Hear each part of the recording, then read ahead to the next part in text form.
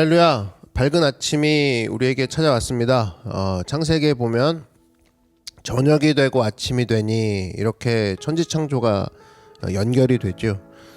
마찬가지로 우리 삶 가운데 밤이 있다 할지라도 주님이 함께 하시면 곧 아침이 찾아오고, 그것도 밝은 아침이 우리에게 다가옴으로써 우리 삶 가운데는 소망이 끊이지 않는다라는 겁니다. 언제나 예수님의 소망으로 어둠 가운데 지나고 있다 할지라도 밝은 아침을 소망하며 서 있는 우리 모두가 되기를 바랍니다.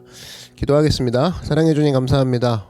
밝은 아침의 소망과 같은 예수님 앞에 나아갑니다. 오늘 이 아침에 말씀으로 우리를 밝히 비춰주시고 말씀으로 우리를 치료하셔서 예수님 앞에 나온 모든 자들이 회복 얻고 또 치유함을 얻고 또 광명과 영광 가운데 서 있는 믿음의 귀한 자녀들 되게 하여 주시옵소서. 예수님의 이름으로 기도드렸습니다. 아멘.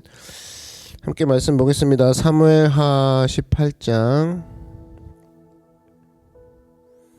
1절에서 8절 말씀 보겠습니다.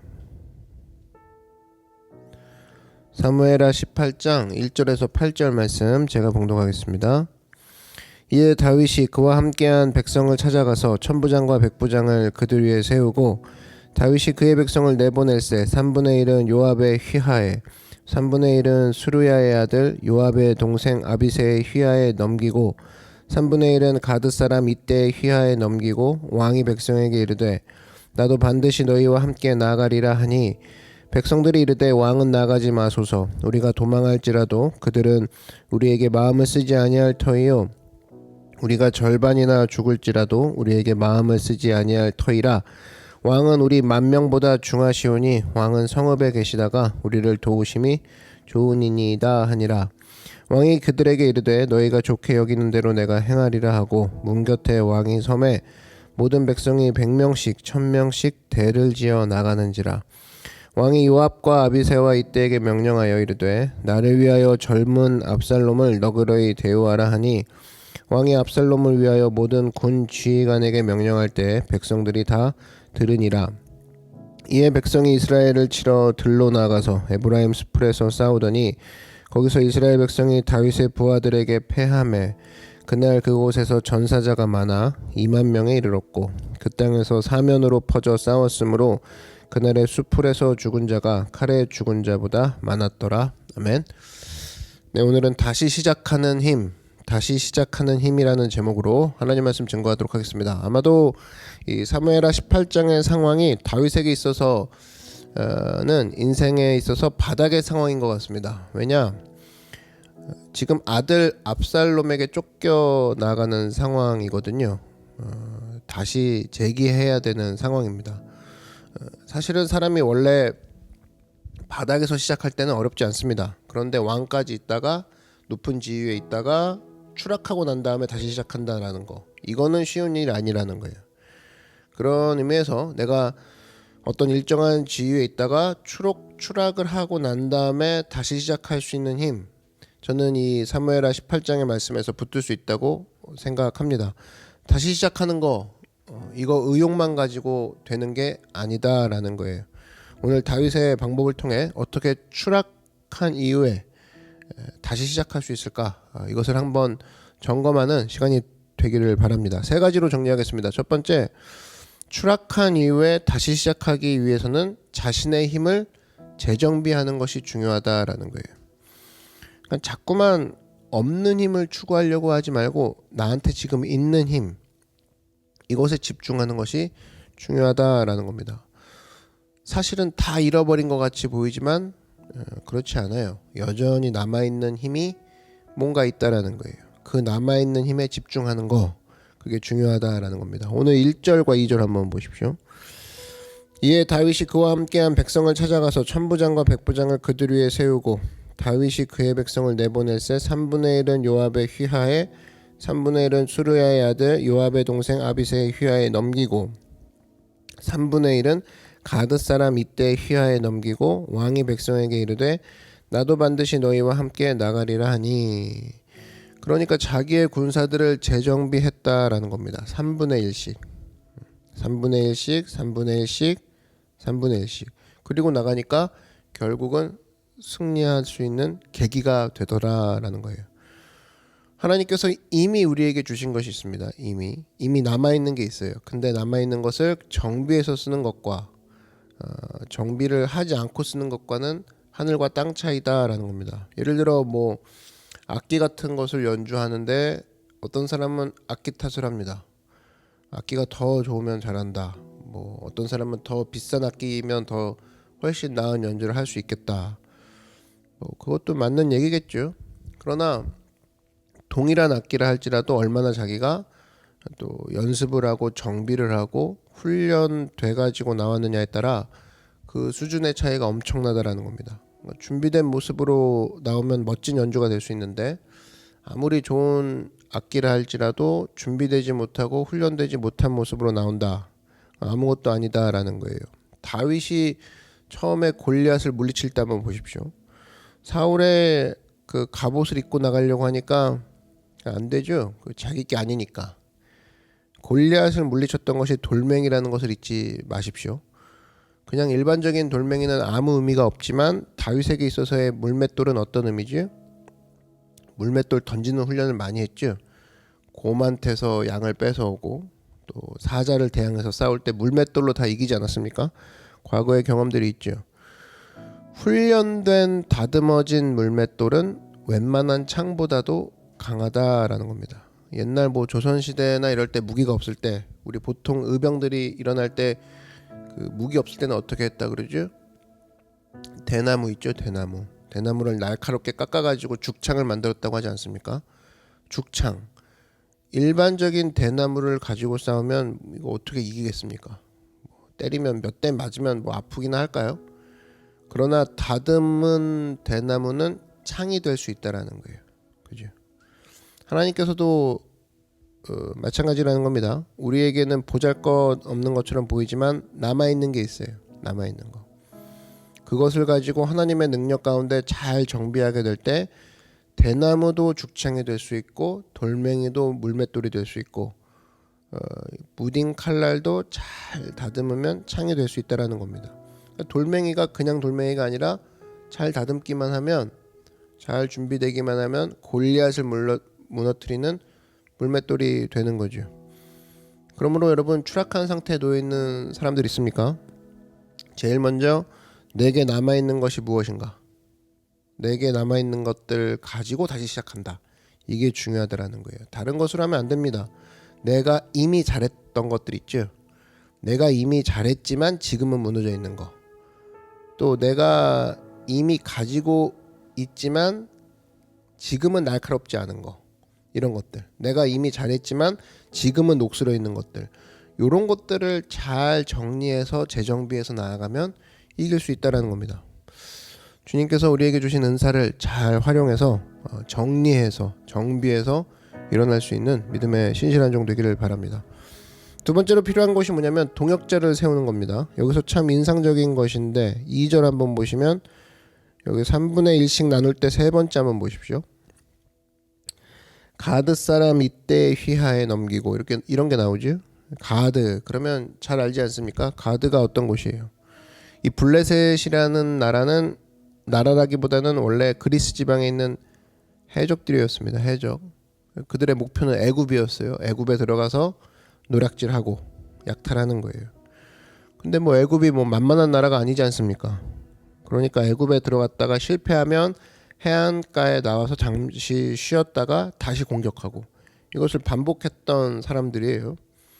그러니까 뭐 약간 왜구랑 비슷한 거죠. 근데 나왔다가 다시 들어가기 위해서는 나와서 잠시 있어야 되는 전초 기지가 있어야 될 거 아닙니까? 전초 기지. 그 전초 기지가 팔레스타인에 5개의 도시가 있었어요. 5개의 도시 중에 하나가 가드예요. 가드. 그러니까 역사를 보면은 블레셋이 나타날 때가 있고 사라질 때가 있고 그럴 수밖에 없죠. 왜냐하면 이 사람들은 상주하는 민족이 아니라 떠돌아다니는 해적이기 때문에 그러니까 왔다가 없어지고를 반복하는 거예요. 그래서 이 팔레스타인이라는 이 말이 원래는 해적들이 있는 곳, 해적들의 땅 이런 뜻이 갖고 있습니다. 그러니까 해적들이 출몰하는 곳. 아마 이집트의 입장에서 본 거겠죠. 해적들이 출몰하는 곳. 그런 사람들이 블레셋이에요. 그러니까 가드 사람 이때, 그러니까 그리스 계통의 사람이겠죠. 그리고 그 해적대 중에 한 사람이 귀화한 것으로 보여요. 그런데 그를 장군으로 세워줬다 이겁니다. 여기서 알 수 있는 게 뭐냐? 다윗의 인재를 기용하는 폭이 그만큼 넓었다라는 것을 알 수 있어요. 적이라고 생각하는 사람도 품을 줄 알았다라는 겁니다. 이게 중요한 거예요. 어떤 사람은 시간이 가면 갈수록 인재의 폭이 좁아지는 사람이 있습니다. 맨날 뭐 자기 측근, 어떤 때는 자기하고 편한 사람하고만 일을 하고, 그러면 이제 늘어날 수가 없겠죠. 우리가 바닥에서 추락하고 다시 시작할 때 꼭 필요한 게 뭔지 아십니까? 그때는 원수까지라도 친구로 만들어 버리는 그런 힘이 필요하다라는 거예요. 원수를 친구로 만들어 버릴 수 있는 힘, 뭐 이거 아무나 할 수 있는 게 아니죠. 원수라 할지라도 원수가 공격적이지 않게, 원수가 중립적으로 온화하게 상태를 만들면서 가지고 가야죠. 그 정도의 친화력이 있어야 된다라는 겁니다. 그러면 승리할 수 있다라는 거예요. 대부분 실패했던 이유가 뭐죠? 사람 때문에 실패한 겁니다. 압살롬에게 그 민심 다 뺏겨서 지금 실패한 거죠. 문제는 사람에게 있다라는 거예요. 그러니까 홀로 일어서는 게 아니다. 반드시 추락하고 일어날 때는 한 사람 한 사람을 사겨 나가기 시작해야 된다라는 겁니다. 그게 승리하는 모습입니다. 신앙생활도 마찬가지입니다. 자꾸만 위축이 되는 사람이 있어요. 자기 혼자만 예배 드리려고 하고, 또 예배만 드리고 가려고 하고, 그런 사람에게 이런 얘기를 하죠. 될 수 있는 대로 너도 선교를 기도해라. 선교 가봐라. 모임에도 나아가라. 일단 선교를 가면 선교팀 내에서는 인맥이 생기죠. 폭이 넓어지는 거 아니겠습니까? 점점. 그죠? 그런 식으로 인생을 더 많은 사람과 교제하면서 살겠다고 마음먹으면 많은 사람들의 그 친구가 될 뿐 아니라 그들이 나중에는 나에게 힘이 되어준다라는 겁니다. 되게 어려움 당할 때 보면 고립됐을 때 넘어지지. 자기 혼자밖에 없다고 생각을 해서 결국엔 죽음 같은 것을 생각하게 됩니다. 홀로 뛰는 게 절대 아니다라는 거예요. 그리고 다윗은 이렇게 동역자들을 품을 수 있었던 이유 중에 하나가 뭐냐면, 자기가 직접 나가서 싸우겠다라고 하니까 부하들이 뭐라고 합니까? 왕이 직접 나가서 싸우면 그러다 죽으시면 어떡하려고 이런 얘기를 하죠. 가지 말라고. 그럴 때 그 조언을 받아들입니다. 다윗은 들을 귀가 있었다라는 거예요. 결국은 좋은 인간관계를 맺는 것은 뭐냐? 말할 줄 알고 부탁할 줄 알고 또 요청에 대해서 들어줄 줄 아는 모습들, 동역자를 세우는 모습이 있었다라는 겁니다. 결국엔 그 나이 드신 어르신들이 하는 얘기를 잘 들어보면 인생은 인간관계라는 거예요. 좋은 인간관계를 맺고 있으면 승리할 수 있다라는 겁니다. 다시금 우리의 동역자를 세우고 또 좋은 인간관계, 우리 삶의 많은 부분을 집중할 수 있는 믿음의 종 되기를 바랍니다. 그리고 마지막 세 번째는 선제 공격이죠. 6절 한번 보시면, 이에 백성이 이스라엘을 치러 들로 나가서 에브라임 수풀에서 싸우더니 거기서 이스라엘 백성이 다윗의 부하들에게 패하매 그날 그곳에서 전사자가 많아 2만 명에 이르렀고 그 땅에서 사면으로 퍼져 싸웠으므로 그날의 수풀에서 죽은 자가 칼에 죽은 자보다 많았더라. 다윗이 승리했던 이유가 뭐냐? 주도권을 가지고 선제 공격을 했기 때문이라는 겁니다. 여러분 잊지 마십시오. 주도적인 인생을 살아야 된다는 거예요. 아브라함이 큰 어려움을 당했을 때를 가만히 보면 전부 다 수동적이었을 때입니다. 우유부단한 결정을 내리죠. 가만히 있을 때 그 기회가 됐는데도 뛰지 않았을 때, 그죠? 우유부단한 거죠. 그럴 때 어려움을 겪게 된 모습을 봅니다. 여러분, 하나님께서 우리에게 주신 기회라는 것이 있거든요. 준비가 되었을 때는 언제나 주도적인 인생으로 그 기회를 활용할 줄 알아야 된다라는 겁니다. 여러분, 예배 드릴 때도 시간 잘 지키는 게 중요해요.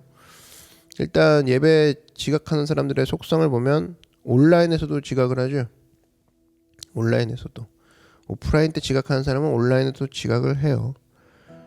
그러니까 언제나 얘기하죠. 약속을 이제 누군가와 하면 한 20분 전에는 미리 가서 있는 게 좋아요.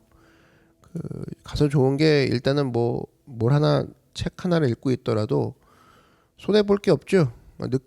오히려 늦게 오는 게 더 좋을 정도로 나는 책에 집중하고 있으니까. 또 늦게 오면 뭐가 좋습니까? 주도권이 나에게 넘어오죠. 왜? 늦게 오는 사람은 벌써 오면서부터 미안하죠. 그러니까 다 양보하더라고. 다. 뒤집어 얘기해 보십시오. 지각하는 사람이 있어요. 그러면 그 사람은 무조건입니다. 모든 협상에서 지게 돼 있어요. 왜? 주도권을 다 빼앗겼으니까. 이게 개인적으로 지각하는 건 별로 문제가 안 되는데 이 사람한테 큰 일을 맡길 수 없는 게 뭐냐면 만약에 국가의 대표로 나갔는데 지각을 했어요. 그러면 국가의 이익이 넘어가는 거라고. 그 다음에 회사의 대표로 나갔어요.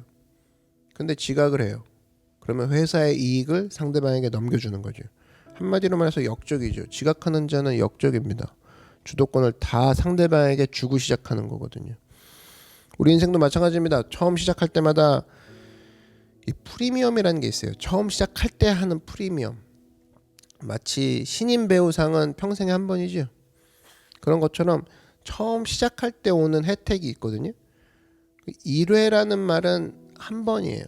그 다음은 2회라고. 2회부터는 경쟁자도 많아지고 상대적으로 혜택도 줄어드니까 처음 시작하는 게 되게 중요해요. 그게 중요한데 안 되는 사람은 항상 기회가 오는 줄 알죠. 그래서 항상 기회를 놓치고 나중에 하고 더 많은 경쟁자 속에서 힘들어하고.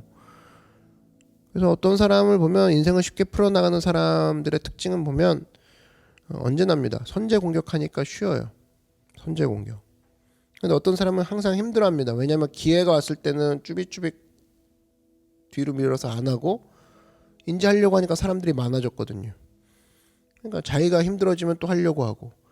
첫 번째 기회를 놓치면 두세 번째부터는 점점 힘들어지는 거죠. 그러니까 나중에 하는 소리는 뭐 옛날에 할 걸 이렇게 어려울 줄 알았나 뭐. 그러니까 맨날 상습 말투 그거죠.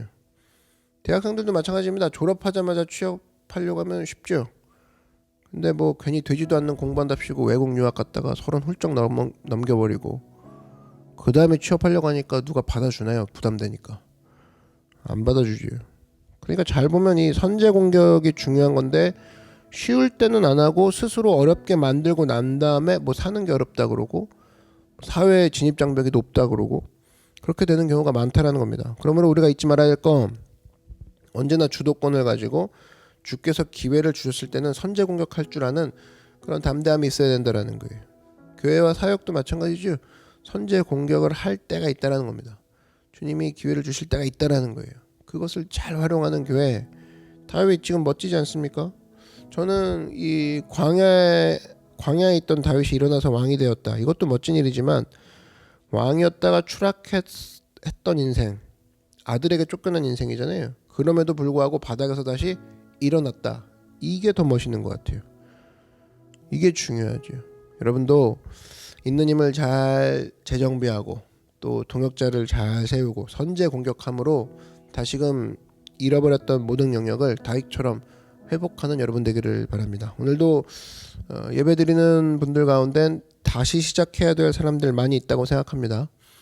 잃어버린 영향력 있다고 생각해요. 잃어버린 자리 있다고 생각합니다. 다시 일어서서 다윗과 같이 모든 것을 회복시킬 수 있는 승리의 한 주가 되기를 주의 이름으로 축원합니다. 기도하겠습니다.